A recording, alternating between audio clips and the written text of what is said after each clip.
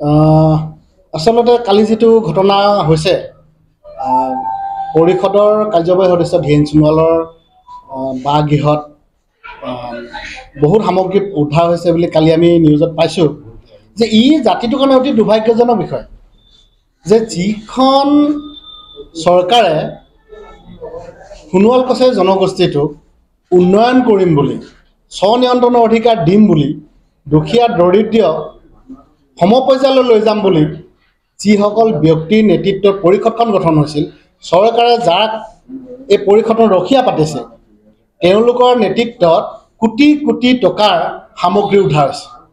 এইটো অতি দুৰ্ভাগ্যজনক জনগোষ্ঠীটোৰ কাৰণে।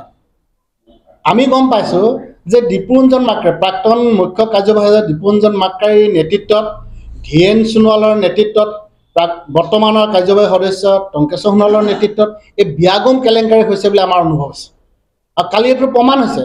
আৰু আমি বহু দিনৰ পৰা কৈ আহিছিলোঁ যে সোণোৱাল কছাৰী স্বায়ত্তশাসিত পৰিষদৰ দুৰ্নীতি হৈছে, অনিয়ম হৈছে আৰু এইখিনি উচ্চ পৰ্যায়ত তদন্ত হ'ব লাগে। বহুত দিনৰ পৰা আমি সোণোৱাল কছাৰী গণমঞ্চ অসমে কৰি আহিছিলোঁ, কিন্তু এই কথাখিনি কোনো ধৰণৰ প্ৰতিক্ৰিয়া বিজেপি চৰকাৰে বিজেপি দলে বা সোণোৱাল কছাৰী স্বায়ত্তশাসিত পৰিষদত যিসকলে দায়িত্বভাৰ গ্ৰহণ কৰি আছে পৰিষদ চলাইছে তেওঁলোকে কিন্তু গুৰুত্ব দিয়া নাছিলে। ইয়াৰ সমান্তৰালভাৱে কিন্তু সোণোৱাল কছাৰী জাতীয় কিছুমান সংগঠনো এই ক্ষেত্ৰত নিমাত হৈ আছিলে।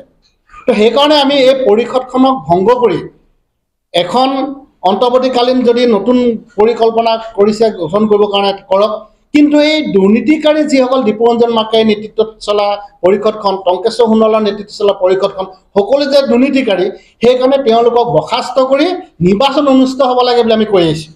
এইটো সোণোৱাল কছাৰী গণমঞ্চৰ দাবী। আৰু এতিয়া শেহতীয়াকৈ মুখ্যমন্ত্ৰী মহোদয় আমি আহ্বান জনাম যে ধীৰেন সোণোৱালৰ বাসগৃহত বা তেওঁৰ য'ত য'ত বস্তু সামগ্ৰীখিনি থৈছিলে যোৱাকালি উদ্ধাৰ হৈছে, আমি নিউজ মিডিয়াত পাইছোঁ। গতিকে এখন দুৰ্নীতি সহনশীল দুৰ্নীতিক কম্প্ৰমাইজ নকৰোঁ বুলি কোৱা চৰকাৰখনে তথ্য সহকাৰে দেখুৱাই দিয়ক, সাহসেৰে দেখুৱাই দিয়ক, দীপুৰঞ্জন মাকৰে ধীৰেন সোণোৱাল টংকেশ্বৰ সোণোৱালক গ্ৰেপ্তাৰ কৰি দেখুৱাই দিয়ক। তেতিয়া আমি ভাবিম যে বিজেপি চৰকাৰখন প্ৰকৃততে সোণোৱাল কছাৰী জনগোষ্ঠীটোৰ কাৰণে বিশ্বাসৰ আস্থাত লৈ আগুৱাই নিবৰ কাৰণে তেওঁলোকে কাম কৰি আছে। দুৰ্নীতি কোনো প্ৰশ্ৰয় দিয়া নাই। এই কথাটো মুখ্যমন্ত্ৰী মহোদয়ক আমি আহ্বান জনাইছোঁ, দেখুৱাই দিয়ক।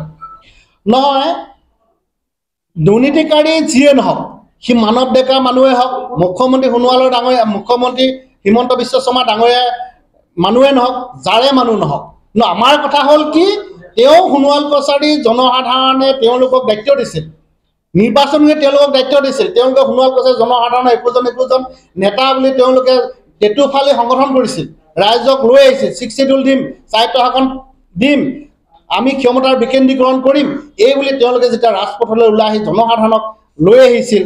আৰু এতিয়া জনসাধাৰণৰ ভোটাৰে নিৰ্বাচিত হৈ তেওঁলোকে কিন্তু আজি সোণোৱাল কছাৰী জনগোষ্ঠীটোক টেটু চেপা দিছে, বন্ধকত ৰাখি থৈছে।